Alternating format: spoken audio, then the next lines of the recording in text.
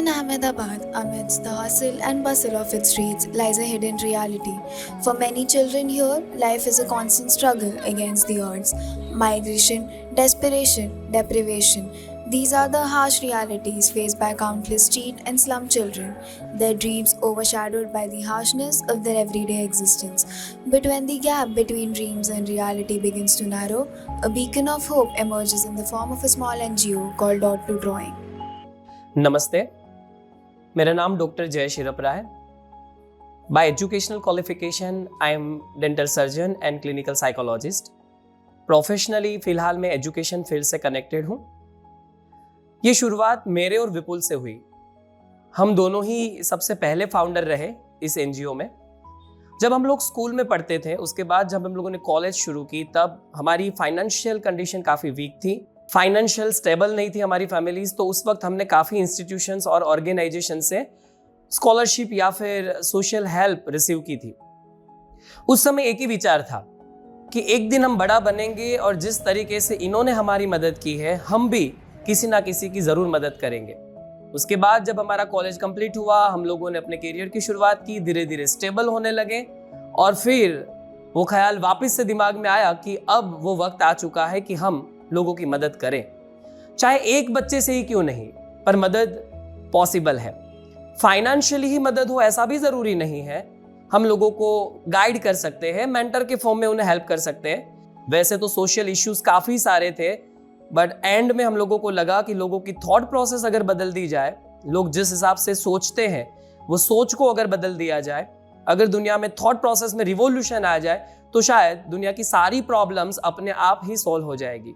शायद इसे ही आप हमारा मोटो समझे और यही विचारों के साथ हमने सबसे पहले इस एनजीओ की नींव रखी। Initially, they set up a small classroom on the terrace of their house, aiming to teach basic subjects to underprivileged children. However, they soon realized that their approach was unsuccessful. Reflecting on their experiences, they recognized the importance of non-formal education for these children. Rather than focusing solely on traditional subjects, they understood that a holistic approach was needed to address the diverse needs of the children in the community. मैं आज आपको हमारे NGO के 3 superstar के बारे में बताना चाहूँगा, वैशाली, मयूर एंड सुमित। जब ये बच्चे हमारे पास आए तो हमने इनमें छुपा हुआ एक डांसर देख लिया था। हमने उस वक्त से ही सोच लिया था कि इनके अंदर छुपा हुआ डांसर हम जरूर पॉलिश करेंगे। तब वो हमारे डांस स्टूडेंट्स थे, जिनको हम लोगों ने धीरे धीरे प्रमोट भी किया। पहले ये हमारी कैटरपिलर्स थी, फिर थोड़ा और अपग्रेड हुए, ये कोकून्स बन गए और मुझे खुशी है कि आज ये बटरफ्लाई है। ये डांसर बन चुके हैं अच्छे, खुद के पेड सेशंस लेते हैं, वेडिंग प्रोग्राम्स लेते हैं। शायद इनके घर के लिए जो फाइनेंशियल सपोर्ट की जरूरत थी, अब वो सपोर्ट उन्हें मिलने लगा है। हेलो, मेरा नाम सुमित पुरबिया है और एनजीओ के रिलेटेड मेरा एक्सपीरियंस ये रहा है कि हमको यहाँ पे कई साल हो गए, मतलब 8 साल जैसा हो गया है। सो हम इतने से थे 14-15 साल के, तब से आते हैं। अभी मैं 20 साल का हूँ।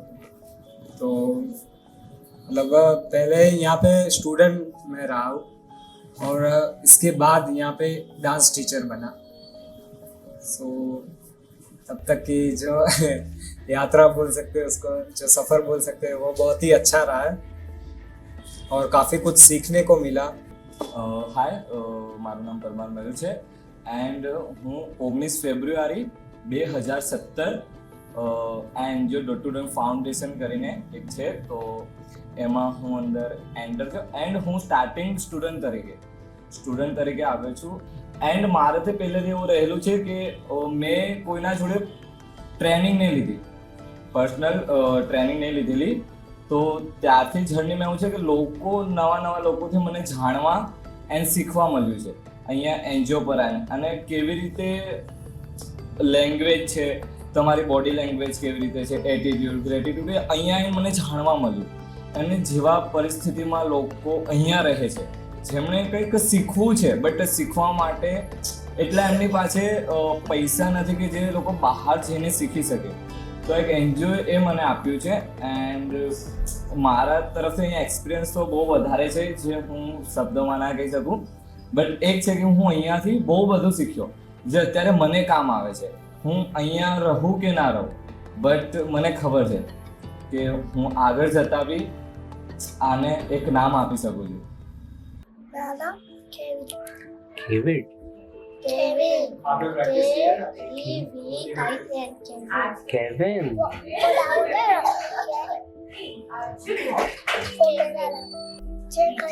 स्मार्ट हाँ होते हाँ. वो पानी की बोतल है. आप आपके घर में कौन रहते हैं? क्या? आपके घर में कौन कौन है? उसके अंदर क्या? आप एक चित्र. हाँ. है और मैं हाँ. मेरे पापा और चित्र दो और भाई हाँ पापा में हाँ. Some children arrive with a natural enthusiasm for learning, while others may initially lack interest. Among them, there are those who are reserved, some who exude confidence, others who are talkative, and some who prefer silence. Despite their differences, they all unite as one group, supporting and teasing each other in a friendly manner.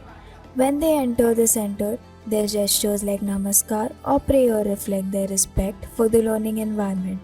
Together, they foster a welcoming atmosphere where every child feels valued and accepted, setting the stage for meaningful growth and discovery. हमने शुरुआत की थी पढ़ाने से, और पढ़ाने से हमें ये चीज़ समझ में आई. क्या चीज़ समझ में आई? किसी को पढ़ने में कोई इंटरेस्ट नहीं है. बच्चे आते थे, फिजिकली प्रेजेंट होते थे, मेंटली वो एब्सेंट होते थे. किसी को पढ़ने में कोई इंटरेस्ट नहीं था. हमने डॉक्टर ड्राइंग फाउंडेशन की जब शुरुआत की, हमने आर्ट को बेस रखा. उसका रीज़न यही था, हम चाहते थे बच्चे अपने मन से आए. हम कुछ ऐसा करना चाहते थे कि बच्चे यहाँ पे आए, उनको आना पसंद आए. ऐसा नहीं है कि वो ज़बरदस्ती आके बैठ गए, कहाँ के फंस गए, क्या हो गया हमारे साथ, चलो हम बैठे हैं. क्यों? क्योंकि लास्ट में हमें खाना मिलेगा या फिर कुछ नाश्ता मिलेगा. इस चीज़ के साथ बच्चे आते तो थे, ठीक है, लेकिन हमारा जो विज़न था या फिर हमारा जो मिशन था वो पूरा नहीं हो रहा था. हम पढ़ाते नहीं हैं यहाँ पे.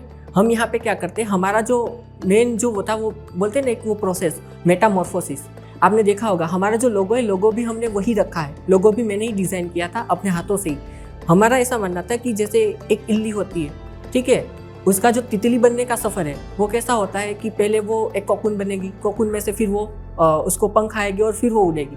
तो मतलब हमारा भी यही मानना था कि बच्चे यहाँ पे आएंगे, मन से आएंगे, उसको हम मोल्ड करेंगे. हम ज़बरदस्ती कोई चीज़ थोपना नहीं चाहते थे. जब शुरुआत में बच्चे आते थे आर्ट के बहाने आते थे, फिर धीरे धीरे हम उनको मोल्ड किया.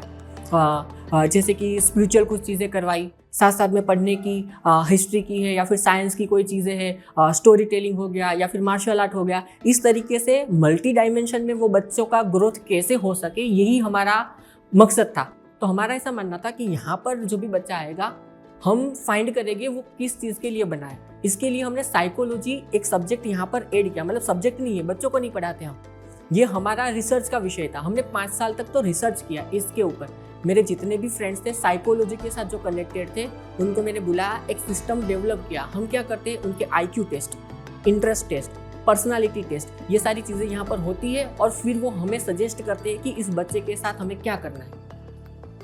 मेरा तो ऐसा मानना है कि पहले तो आप अपने दिमाग से निकाल दो कि ये लोग ऐसे हैं, तभी वो अपने दिमाग से निकाल पाएंगे. आप अपने दिमाग से नहीं निकाल पा रहे हो और वो तो वैसी ही कंडीशन में है, तो कैसे निकाल पाएगा. उनके दिमाग में ये सारी चीज़ें हैं कि हाँ भाई ऐसा एनवायरमेंट, अरे है तो चलो है, पर उसका सॉल्यूशन क्या. मेरे दिमाग में ये वाली चीज़ थी कि सॉल्यूशन क्या. मैंने एक चीज़ सोची कि वहाँ पे नहीं जाना है. बस मेरा जहाँ पे मैंने तय किया होगा, जो भी मतलब लोकेशन होगा, वहाँ पे ही बच्चे आएंगे और वहीं पे एक्टिविटी होगी और मेरा माहौल होगा. मैं चाहता था कि एक वो चेंज देखे. चेंज ही नहीं देखेंगे तो फिर वो मतलब कंपेयर ही नहीं कर पाएंगे, और कंपैरिजन ज़रूरी है. Here, amidst the various tools of education, the children discover the joy of learning. Guided by dedicated teachers and volunteers, they navigate the world of knowledge with enthusiasm. जब हमने इस NGO की शुरुआत की तो हम लोग सेल्फ फंडेड NGO ही थे, अभी भी सेल्फ फंडेड NGO ही है. पर मुझे ऐसा लगता है कि अगर इस मिशन को और बड़े लेवल तक ले जाना है, ग्रेट लेवल पे सोसाइटी पे इम्पैक्ट क्रिएट करना है, तो शायद हम लोगों को हेल्प लेनी पड़ेगी. सोसाइटी से। ना सिर्फ हम फाइनेंशियल हेल्प की बात कर रहे, बट शायद हमें यूथ का पार्टिसिपेशन भी चाहिए। इसके लिए हमने बड़े प्लान सोचे हुए हैं। हमने प्लान आउट किया है कि हम ऐसा ऑर्फन हाउस प्लान आउट करें, बनाएं, जो स्कूल के साथ कनेक्टेड हो, और वो स्कूल भी मल्टी डायमेंशनल ग्रोथ जैसा हम चाहते हैं उस तरीके का बच्चों के अंदर इनपुट्स डालें। उससे बहुत सारे बेनिफिट्स हो जाएंगे। स्पेसिफिकली एक ऑर्फन हाउस की वजह से काफ़ी सारे बच्चे जो ऑर्फन हैं, जिनके पेरेंट्स नहीं, हम उनको हेल्प कर पाएंगे। एंड सेकेंडली, सिर्फ ऑर्फन हाउस खोलने से कुछ नहीं हो जाता। वो बच्चे हैं, उन्हें एजुकेशन की, उसे इमोशनल सपोर्ट की काफ़ी ज़रूरत होती है, वो भी शायद हम प्रोवाइड करवा पाएंगे। और मैं चाहता हूँ कि इसके लिए हमें और सोशल हेल्प या यूथ से पार्टिसिपेशन मिले। As we journey towards a brighter future, let's remember the power of a simple act of kindness. Every child, regardless of a circumstance, deserves the chance to discover their passion and thrive. Your contribution, no matter how small, can make a big impact and help to create a nurturing environment where every child's potential is recognized and celebrated.